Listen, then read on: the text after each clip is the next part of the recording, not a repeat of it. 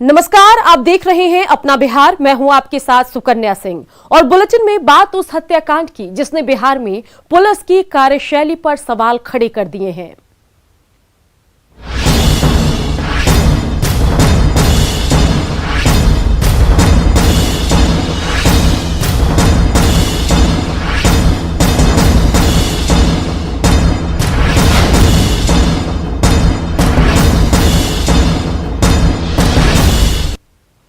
पटना के high profile Rupesh हत्याकांड में अब तक पुलिस को सिर्फ सुराग की तलाश है, क्योंकि अभी तक की जांच में पुलिस को कोई बड़ी कामयाबी नहीं मिली। खबर यह है कि कल एसआईटी की टीम ने बेऊर जेल में अपराधियों से पूछताछ की। टीम ने जेल में बंद 1 दर्जन अपराधियों से पूछताछ की। बताया यह भी जा रहा है कि पुलिस को इस दौरान कुछ सुराग भी मिले हैं। एसआईटी ने संदिग्ध शूटरों की दिखाई है अपराधियों को तस्वीर, जिसके आधार पर शूटरों को पहचानने की कोशिश की जा रही है। हालांकि पुलिस के कोई भी अधिकारी इस पर कुछ भी बोलने से बच रहे हैं। तो रुपेश हत्याकांड में लगातार पूछताछ चल रही है और खबरों की माने, सूत्रों की माने तो बेऊर जेल में पूछताछ हुई है। जो बेऊर जेल में बंद 1 दर्जन अपराधी हैं, उनको बरामद शूटर्स की फोटोज को दिखाकर उन शूटर्स की पहचान की कवायद में पुलिस लगी हुई है। और उसी दिशा में जब बड़े अधिकारियों से बातचीत की जाती है तो फिलहाल वो कुछ भी बोलने से बच रहे हैं।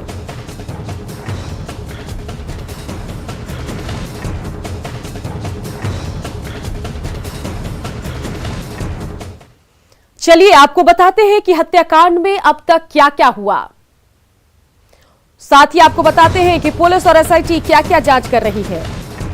पुलिस टेंडर में पैसे के लेन देन के हिसाब से इस मामले को खंगाल रही है। पुरानी रंजिश के एंगल से भी पुलिस की जांच आगे बढ़ रही है।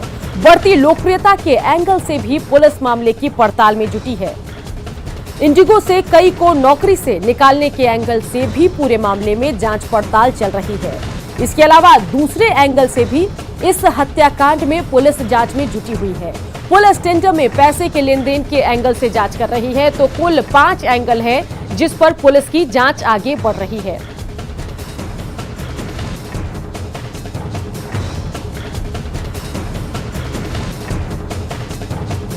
तो अब तक क्या हुआ? दिल्ली और गोवा तक पुलिस जांच कर चुकी है। 200 लोगों से पुलिस पूछताछ कर चुकी है। फोन कॉल डिटेल्स लगातार खंगाले जा रहे हैं। सुराग के लिए अपराधियों से भी पूछताछ चल रही है। बेऊर जेल में शूटरों से भी पूछताछ हुई है। चलिए सीधा रुख करते हैं पटना का, जहां से हमारे संवाददाता संजय हमारे साथ जुड़ गए हैं। संजय, अब इस पूरे मामले में बेऊर जेल में बंद अपराधियों से पुलिस पूछताछ कर रही है। शूटर्स की बरामद फोटो दिखाकर पहचानने की कवायद चल रही है कि क्या इन शूटर्स को बेऊर जेल में बंद अपराधी पहचानते हैं कि नहीं। क्या कुछ पुलिस सूत्रों से आप तक जानकारी पहुंची है, बताइए संजय।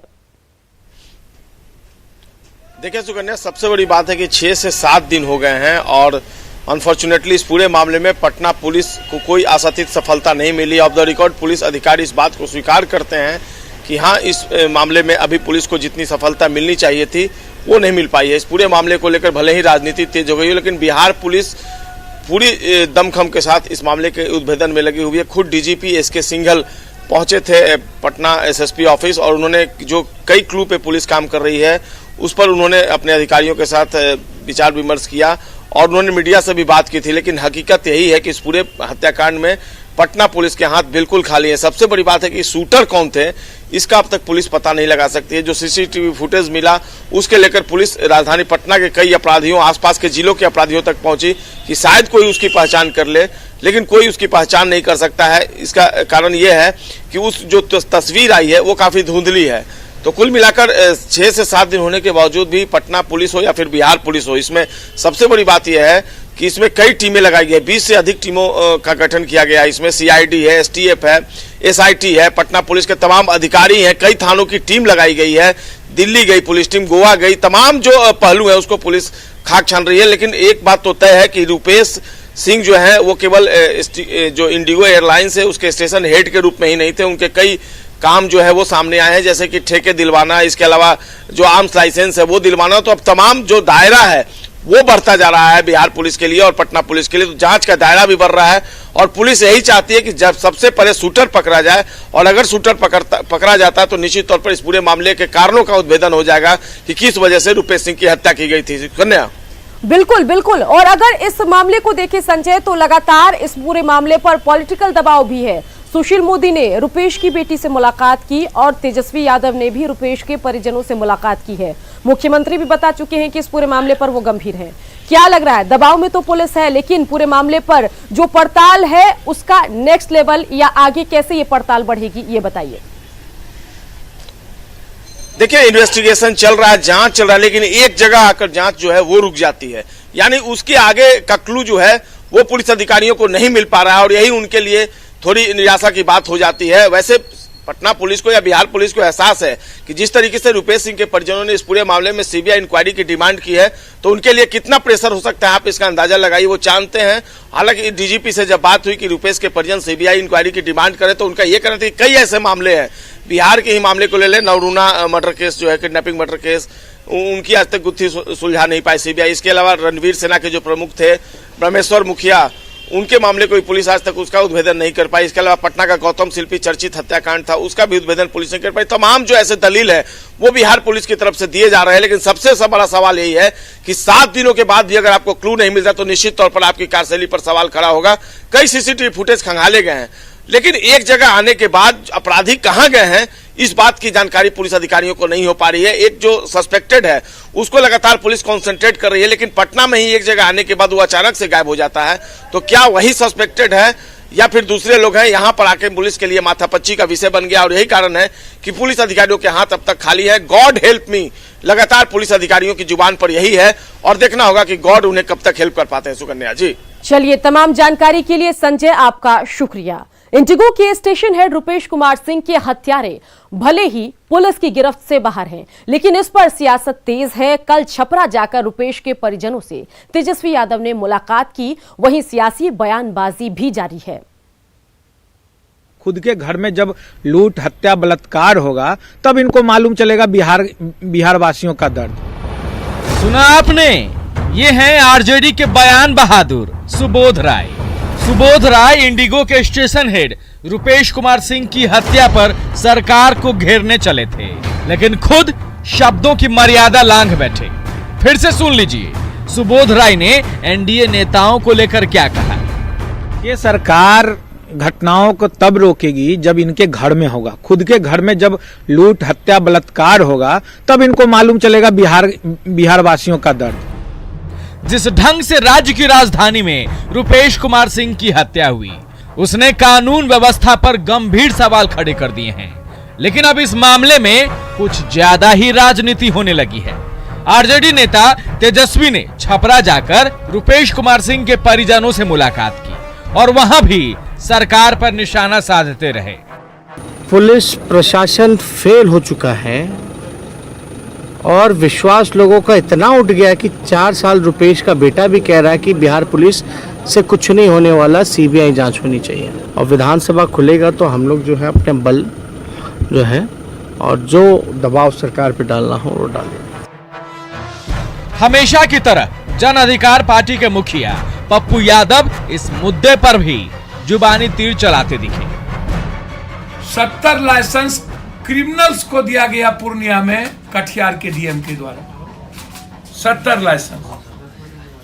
आपको इस बात की आश्चर्य होगा और मुझे लगता है कि उस डीएम से क्या संबंध रुपेश जी के थे ये तो सरकार बताएगी।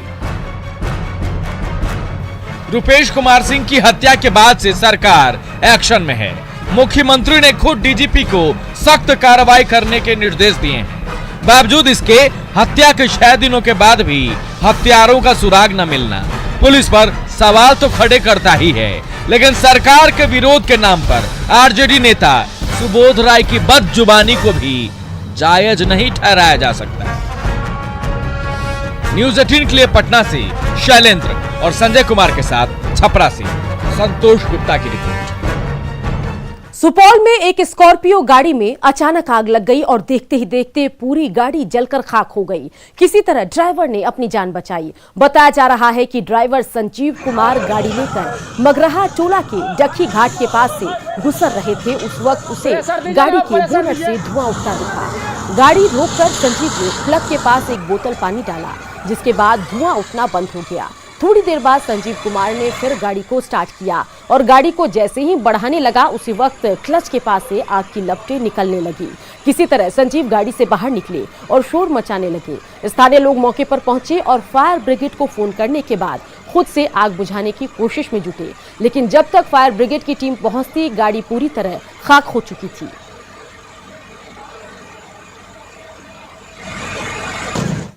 पानी था, बोतल से निकाल के मारे उस पे से, तो उसको बुझा दे, बुझ गया। हम बोले आप बैठते हैं गाड़ी में, फिर देखते हैं जहाँ क्लच पे रखते हैं वहाँ से अंदर से आग लगा हुआ आ रहा है। तो तब हम जो है ना तुरंत फ़ोन किया हम अपना भाई को, तो वो बोला कि हल्ला कर रहा था। हम तो हल्ला कर रहे थे, हल्ला कर रहे थे, तो पानी लेके आया, पानी मारा, लेकिन तो पूरा आग लगा। गाड़ी का नंबर बिहार 11 PA 4189। कहाँ घर हुआ आपका? मेरा घर अजान हुआ। बढ़ते आगे और अब बात करते हैं बिहार की सियासत की। बिहार की सियासत के लिए आज का दिन बेहद खास है, क्योंकि आज दो बड़े नेता अपना नामांकन करेंगे, वो भी MLC पद के लिए। बीजेपी की ओर से शहनवाज हुसैन अपना नामांकन करेंगे, वहीं एनडीए के उम्मीदवार के तौर पर मुकेश सहनी भी अपना नामांकन करेंगे। दोनों नेताओं के नामांकन के दौरान एनडीए के कई बड़े नेता मौजूद रहेंगे। तो तस्वीरें दो आपको दिखा रहे हैं। पहली तस्वीर में आपको नजर आ रहे हैं शहनवाज हुसैन और दूसरी तस्वीर में VIP अध्यक्ष मुकेश सहनी। दोनों का MLC पद के लिए आज नामांकन का दिन है और इस दरमियान कई एनडीए के नेताओं के रहने की उम्मीद है।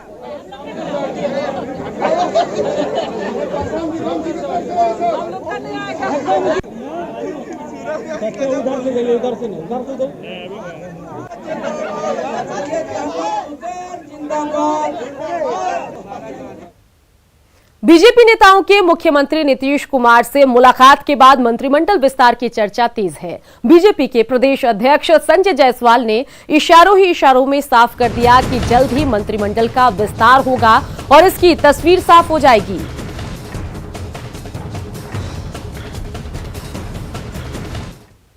देख लीजिएगा, कल सुबह आप लोग सब देख लीजिएगा। सीएम आवास से निकलती ये गाड़ी मंत्रिमंडल विस्तार का संदेश लेकर आ रही है।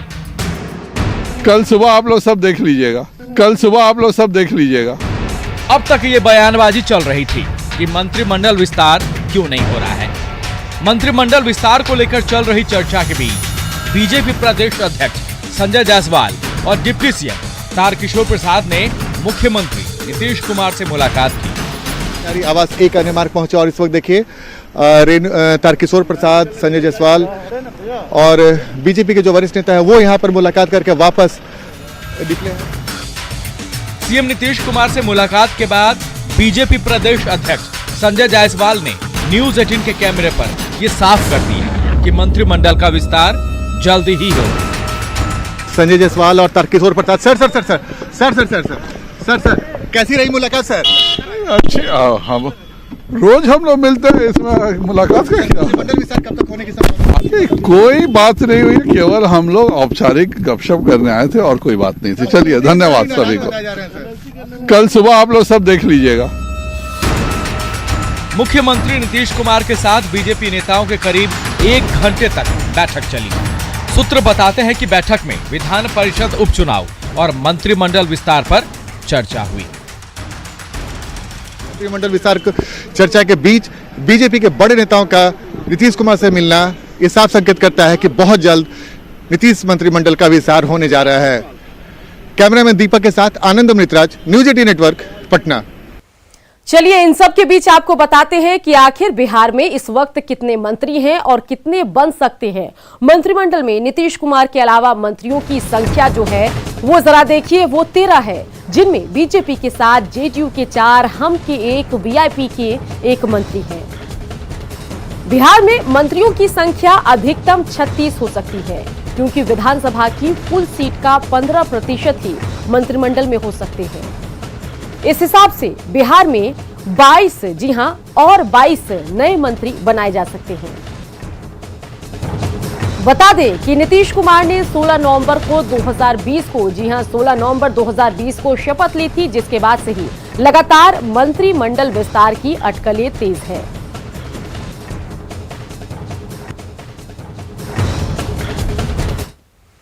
अंतर्राष्ट्रीय निशानेबाज और अर्जुन पुरस्कार से सम्मानित श्रेयसी सिंह ने जमुई से विधायक बनने के बाद खेल की दुनिया में एक और कदम आगे बढ़ाया है। बीजेपी विधायक श्रेयसी सिंह ने मार्च में होने वाले international shooting sports federation world cup के लिए भारतीय टीम में अपनी जगह बना ली।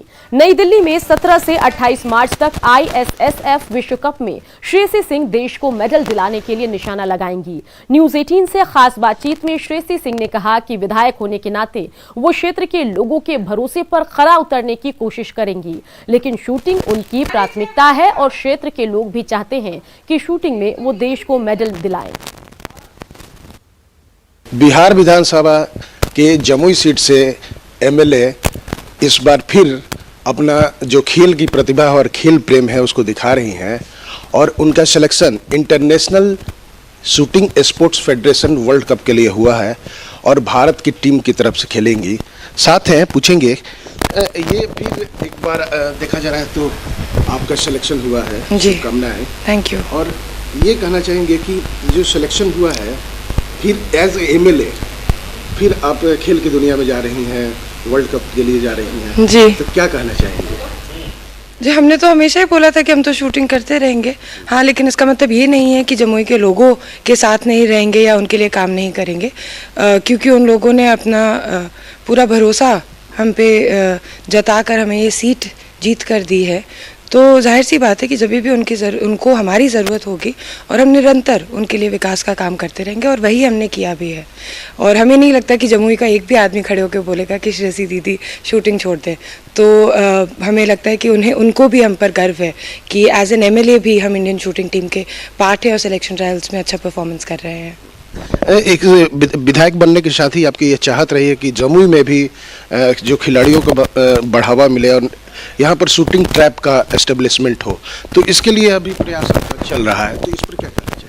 जी एब्सोल्युटली, हम तो चाहते हैं कि सिर्फ शूटिंग नहीं लेकिन हर स्पोर्ट्स में, स्पेशली जो ओलंपिक इवेंट्स है उनको हम बढ़ावा दिया जाए, क्योंकि हमने हमेशा कहा है, अपने चुनाव के दौरान भी कहा है, उससे पहले भी कहा था कि बिहार में प्रतिभाओं की कमी नहीं है, लेकिन उनको एक सही प्लेटफॉर्म देना है, एक सही अपॉर्चुनिटी देना, वो हमारा काम है, वो एडमिनिस्ट्रेशन का काम है, वो स्टेट का काम है। तो अब क्योंकि हम पॉलिटिक्स में आ चुके हैं और एक जनप्रतिनिधि के रूप में जमुई की जनता की आवाज़ सदन तक पहुँचा सकते हैं, हमारी डेफिनेटली हमारी ये चाह है और हमारी मांग भी रहेगी कि एक अच्छा बेहतरीन इंटरनेशनल लेवल का स्पोर्ट्स कॉम्प्लेक्स जिसमें शूटिंग का भी एक हिस्सा हो हमारे जमुई जिला में ज़रूर खिले। अब मंत्रिमंडल का भी विस्तार होना है, तो ऐसे में आपकी चाहत या कुछ ऐसी बात चाहिए आप कि मंत्रिमंडल में हम शामिल हो, आप शामिल हो? देखिए, हमें जो भी रिस्पॉन्सिबिलिटी मिलेगी सरकार की तरफ से, बीजेपी की तरफ से या गठबंधन की तरफ से, हम उस रिस्पॉन्सिबिलिटी को बहुत ही अच्छे तरीके से निभाएंगे। हमें अपनी काबिलियत और मेहनत पे पूरा भरोसा है। केसी कुंदन, न्यूज़ 18 जमुई। गोपालगंज में कड़ाके की ठंड ने लोगों को परेशान कर रखा है। आज सुबह से सड़कों पर घना कोहरा है, जिससे गाड़ी चलाने में परेशानी हो रही है। स्थानीय लोगों के मुताबिक जिला प्रशासन ने कई जगहों पर अलाव की व्यवस्था की है, लेकिन वो काफी नहीं दिखता। देखते हैं संवाददाता मुकेश कुमार की ये रिपोर्ट। गोपालगंज में कड़ाके की ठंड पड़ रही है और यहाँ पर ठंड की वजह से आम जनजीवन बुरी तरह से प्रभावित है। आप देखेंगे कि यहाँ पर फॉग की वजह से जो विजिबिलिटी है वो काफ़ी कम है और विजिबिलिटी कम होने की वजह से जो वाहनों की रफ्तार है उस पर ब्रेक लग गई है और जो वाहन चल रहे हैं उनको लाइट जला के चलना पड़ रहा है। देखिए, अभी चूँकि कोचिंग का समय है तो जो बच्चे पढ़ने के लिए जा रहे हैं उन्हें इस ठंड में भी अपनी पढ़ाई पूरी करने के लिए सड़कों से बाहर निकलना पड़ रहा है। और अभी हम शहर के श्याम जो सिनेमा रोड है वहाँ पर खड़े हैं। देखेंगे कि यहाँ पर जो रोजमर्रा का जो काम है उसको निपटाने के लिए लोग यहाँ पर हैं और जो कुछ लोग हैं उनसे बात करने की कोशिश करते हैं कि ठंड की वजह से उनका क्या जनजीवन पर प्रभाव पड़ा है। बताइए, क्या नाम है आपका? मेरा नाम मनीष राज हुआ। तो मनीष, ठंड की वजह से क्या क्या दिक्कत हो रही है और आप लोग क्या क्या परेशानी हो रही है? अभी लगातार ठंडी बढ़ने के कारण से हम लोग व्यवसायी वर्ग के हैं लोग और दुकानें काफ़ी स्लो हो गई है। कस्टमर जो है वो ठंड की वजह से नहीं आ पा रहे हैं। जनजीवन भी आप देख रहे हैं काफ़ी ज़्यादा प्रभावित हो चुकी है और प्रशासन द्वारा थोड़ा अलाव कहीं कहीं जलाया जा रहा है, लेकिन वो उतना कारगर नहीं है। थोड़ा सा और इस पर अमल करने की ज़रूरत है। क्योंकि ठंडी को देखते हुए काफ़ी ज़्यादा ठंडी लगातार बढ़ रही है। जाहिर तौर पर लोगों का कहना है कि प्रशासन के द्वारा अलाव की व्यवस्था की गई है, लेकिन वो पर्याप्त नहीं है और उसकी जो है संख्या बढ़ानी पड़ेगी। और इसके अलावा जो व्यवसाय है इस ठंड की वजह से, फॉग की वजह से व्यवसाय भी काफ़ी प्रभावित हुआ है। मुकेश कुमार, न्यूज़ 18, गोपालगंज। उत्तर प्रदेश और नेपाल के सीमावर्ती इलाकों में सर्दी का सितम जारी है। बगहा में कोहरे और कनकनी से लोग परेशान हैं और गाड़ियों की रफ्तार भी थम गई। बगहा में सर्दी के सितम का जायजा लिया संवाददाता मुन्ना राज ने। उत्तर बिहार में सर्दी का सितम एक बार फिर से जारी है और घना कोहरा के कारण सड़क पर वाहनों की रफ्तार थम गई है और ठंड साथ ही जो कुहासा है लोगों के जनजीवन को पूरी तरह प्रभावित कर दिया है। और लोग अभी देख सकते हैं किस तरह लोग आग का सहारा बनाकर अपना जीवन यापन कर रहे हैं और लोग अपना काम छोड़कर आग पर जाकर सिमट गए हैं, क्योंकि लगातार ठंडी बढ़ रही है और लोग परेशान हैं। कुछ लोगों से बात करने की कोशिश करते हैं। क्या नाम है भैया? कैसा ठंडा आप लोग को लग रहा है? कि फिर आप लोग ठंडा तो है, बहुत ज़्यादा ठंडा है। क्या नाम है भैया? मेरा नाम संदीप कुमार पड़ेगा। देख रहे सब काम हम बंद करके आप लोग आग पे लगे हैं। हाँ, पूरा एकदम बहुत पूरा शीतलहरी के सब घेरा हुआ है और काफी दिन से धूप नहीं गिरा है, जिसके चलते हम लोग आग का सहारा ले रहे हैं। तो आप देख सकते हैं किस तरह सर्दी का सितम यहाँ पे जारी है और कोहरा ने वाहनों की रफ्तार को रोक रखी है। मुन्ना राज, न्यूज़ 18, बगहा। छपरा में ठंड और कोहरे के कारण जनजीवन पूरी तरह से प्रभावित हुआ है। आज सुबह में सड़कों पर गाड़ियां रेंगती नजर आई। इस कड़ाके की ठंड में कहीं अलाव की व्यवस्था नहीं की गई है। छपरा में ठंड के बारे में जानते हैं न्यूज़ 18 संवाददाता संतोष गुप्ता से। छपरा में ठंड का कहर जारी है और आज अगर बात करें तो साल का सबसे अधिक ठंडा दिन महसूस किया जा रहा है। हमारे साथ यहाँ कुछ लोग मौजूद हैं, इनसे हम बात करते हैं कि क्या स्थिति है ठंड का। थोड़ा सा आप आगे आ जाए। क्या नाम हुआ आपका? संजय कुमार मिश्रा। सर जी बताइए कि क्या स्थिति इस बार जो ठंड पड़ रही है? बहुत ज़्यादा ठंड पड़ रही है और प्रशासन को चाहिए जहाँ तहाँ प्रखंड स्तर पर या पंचायत स्तर पर अलाव जलाने की शुरू होना चाहिए, क्योंकि जो लोग चल रहे हैं या गाड़ी मोटरसाइकिल का इस्तेमाल कर रहे हैं उन्हें बहुत तरह की परेशानियाँ होती हैं। क्या लगता है प्रशासन कहीं अलाव की व्यवस्था कर रहा है कि नहीं? ना, अभी प्रशासन की नहीं है, लेकिन पंचायत स्तर पर कहीं कहीं देखने को मिलता है।